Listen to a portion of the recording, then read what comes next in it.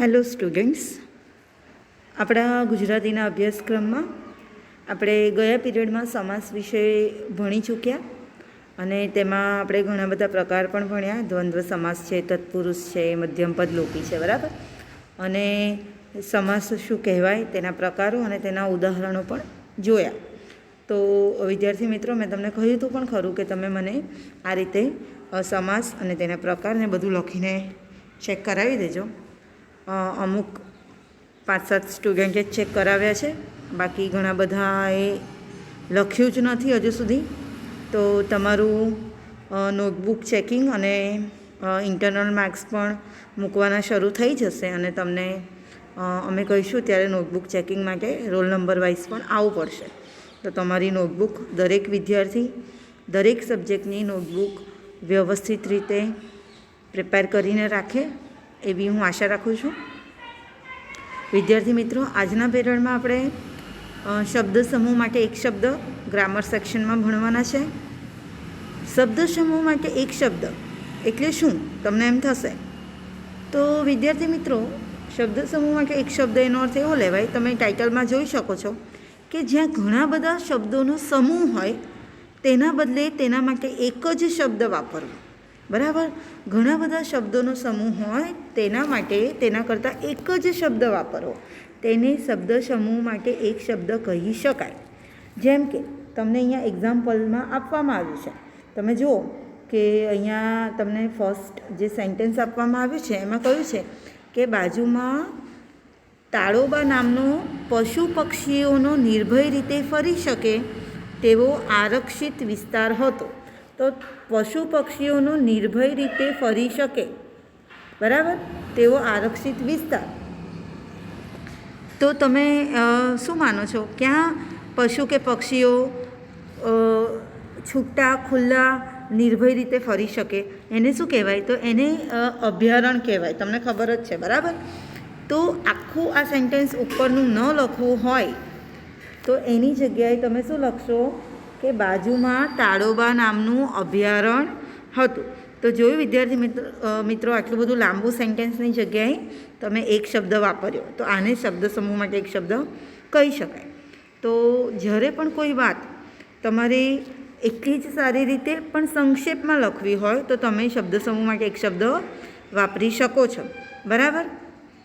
તો એવા કેટલાક શબ્દ સમૂહનો પરિચય આપણે મેળવી લઈએ. તમે જોઈ શકો છો કે અહીંયા આ બાજુ કેટલાક શબ્દો આપેલા છે, શબ્દ સમૂહ આપેલા છે, બરાબર. તો તમે એ રીતે આ બધા શબ્દ સમૂહ માટે એક શબ્દ તમારે લખવાના છે, બરાબર. જેમ કે સ્થિત પ્રજ્ઞ છે, તો જે સ્થિર બુદ્ધિ ધરાવે છે તે, અથવા તો જ્ઞાની, બરાબર. પછી મસલત એટલે અરસપરસ કરેલી ચર્ચા વિચારણા.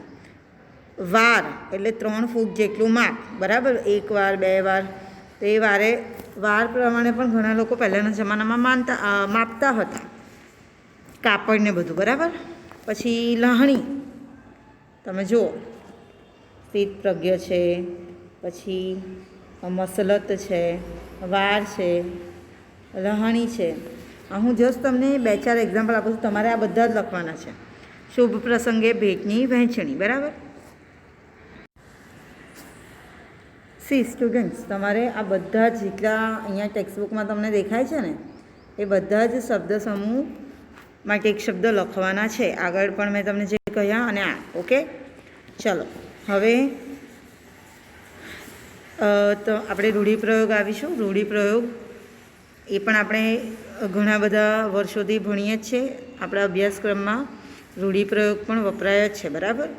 તો તમે લગભગ 5મા કે 6ઠા ધોરણથી રૂઢિપ્રયોગ ભણો છો ગુજરાતી ભાષામાં પણ.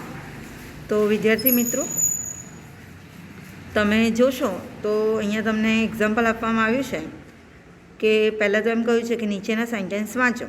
શું આપ્યા છે સેન્ટેન્સ? અહીં સાયકલ રિપેર કરવામાં આવે છે. બીજું શું છે? અહીં ટાયર પંક્ચર કરવામાં આવે છે. તો આ સેન્ટેન્સ જો,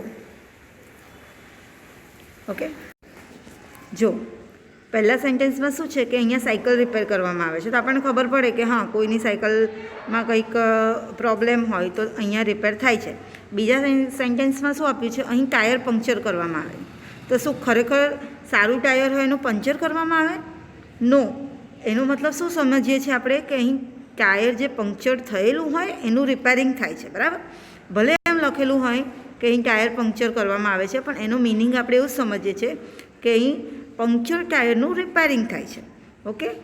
તો અહીંયા તમને કહ્યું છે કે તમે પહેલું વાક્યનું તો મિનિંગ બરાબર સમજો છો, પણ બીજાનું તમે શું સમજશો કે અહીં ટાયરનું પંક્ચર કરવામાં આવે છે? ના, આપણે તો એવું જ સમજીએ છીએ કે અહીં ટાયર જે પંક્ચર થયેલું હોય એનું રિપેરિંગ કરવામાં આવે છે.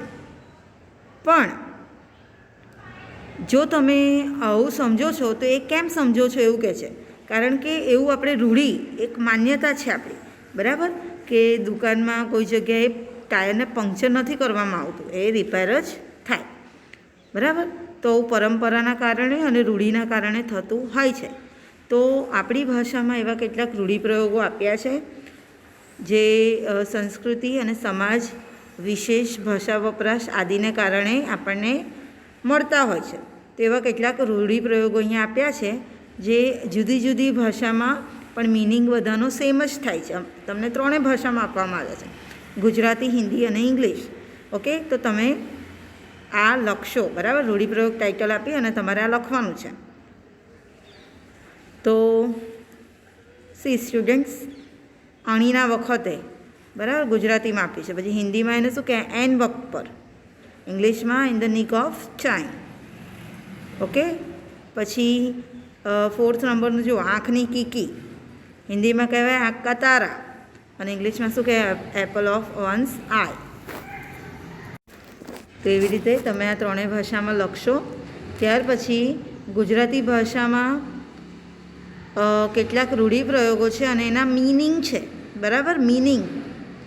તો આ પણ લખવા ખૂબ ઇમ્પોર્ટન્ટ છે.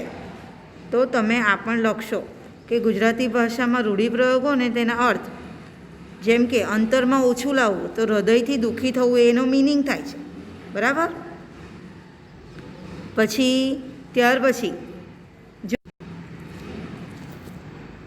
આગળ શું આપેલું છે? આંખમાં ધૂળ નાખવી, એનો મિનિંગ શું થાય? કોઈને છેતરવું, બરાબર.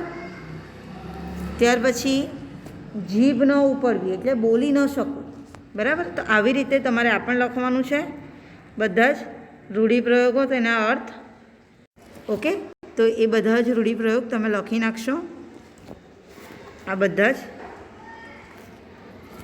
બરાબર. ઓકે. નાવ કહેવત આવીશું આપણે.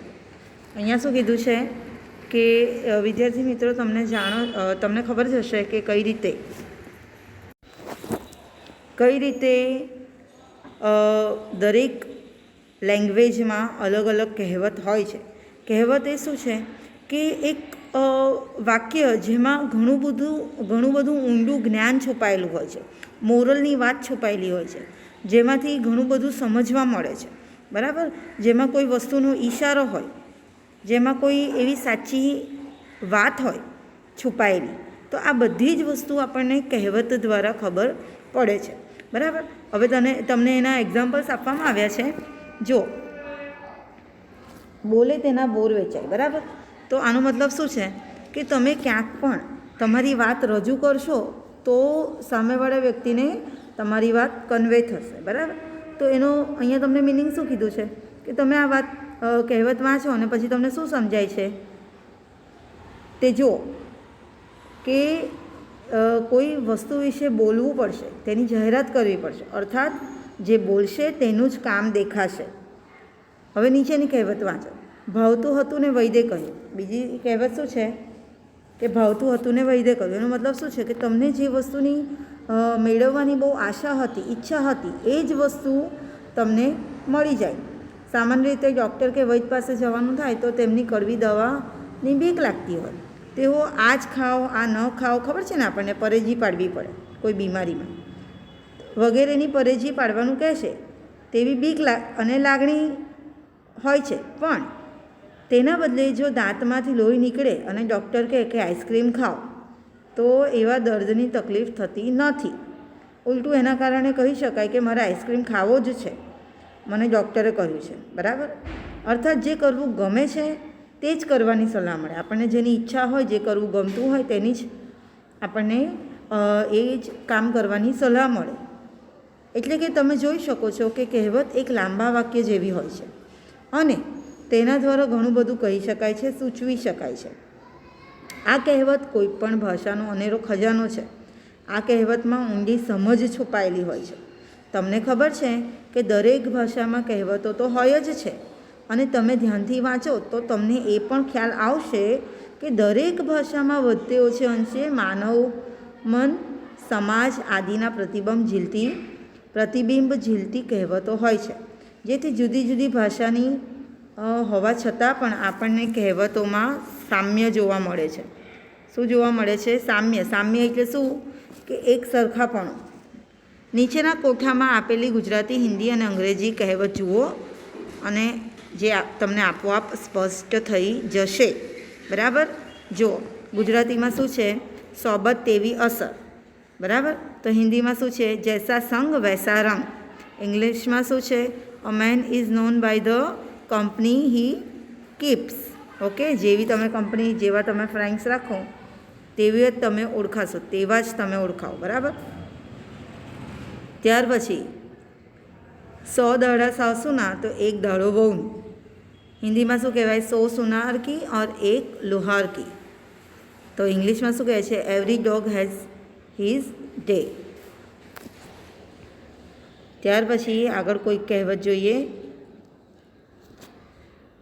ધીરજના ફળ મીઠા. હિન્દીમાં કહેવાશે સબ્ર કા ફળ મીઠા અને ઇંગ્લિશમાં શું કહેવાશે? Patience pays. ઓકે, તો વિદ્યાર્થી મિત્રો, આ પણ તમે આખો આ કોઠો લખી નાખજો. કોઠો એટલે ટેબલ, બરાબર. આખું આ જે છે ટેબલ તે તમે લખી નાખજો, બરાબર. ઓકે, હવે તમારે આગળ એક ટાઇટલ મારવાનું છે, સરખા અર્થ ધરાવતી કહેવતો. શું ટાઇટલ મારવાનું છે? સરખા અર્થ ધરાવતી કહેવતો, બરાબર. ત્યાર પછી આ પણ લખવાનું છે. શું છે? આ બેઉ તરફ જે કહેવતો આપી છે, આ તરફ અને આ તરફ, આ બંનેના મિનિંગ સરખા થાય છે એમ. ચળકે એટલું સોનું નહીં, એટલે કે જે દેખાય એ વસ્તુ દરેક વખતે હોય એ જરૂરી નથી.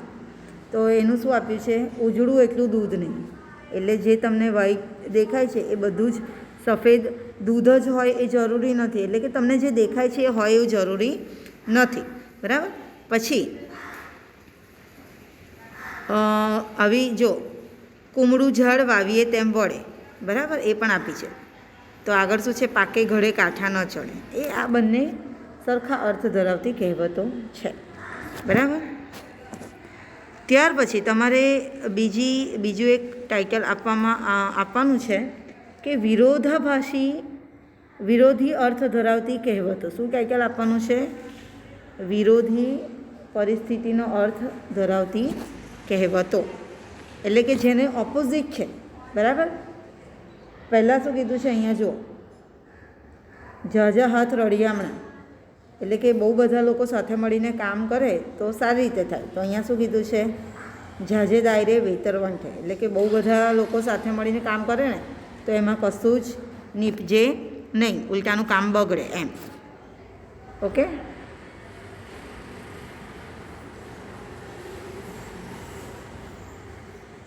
ચલો. તો વિદ્યાર્થી મિત્રો, અહીંયા આપણે જે ભણવાનું છે એ પૂરું થાય છે. આપણે આજના પીરિયડમાં શબ્દ સમૂહ, રૂઢિપ્રયોગ અને કહેવતો વિશે ભણી ગયા, બરાબર. આઈ હોપ કે તમને સમજ પડી છે અને તમે જે રીતે મેં કહ્યું છે એ બધું જ તમે લખશો અને નોટબુક કમ્પ્લીટ રાખશો, કારણ કે પછી જ્યારે ઇન્ટરનલ માર્ક મૂકવાના થશે, નોટબુક મંગાવવામાં આવશે અને તમારી કમ્પ્લીટ નહીં હોય, બરાબર, તો તમને માર્ક્સ ઓછા મળી શકે, તમને લોસ જશે. તો એના કરતાં ટાઈમે જે રીતે કહેવામાં આવ્યું છે એ રીતે કરી નાખવાનું, બરાબર. ઓકે, તો આઈ હોપ કે તમને સમજ પડી. જે રીતે કહ્યું છે એ રીતે લખીને કમ્પ્લીટ કરી દેજો. વેનસડે ચેક કરાવી દેવાનું છે. Okay, homework. અને હા, કાલે પણ ચેક કરાવી શકો છો. તો તમે બધા જ લખી નાખજો. Thank you so much.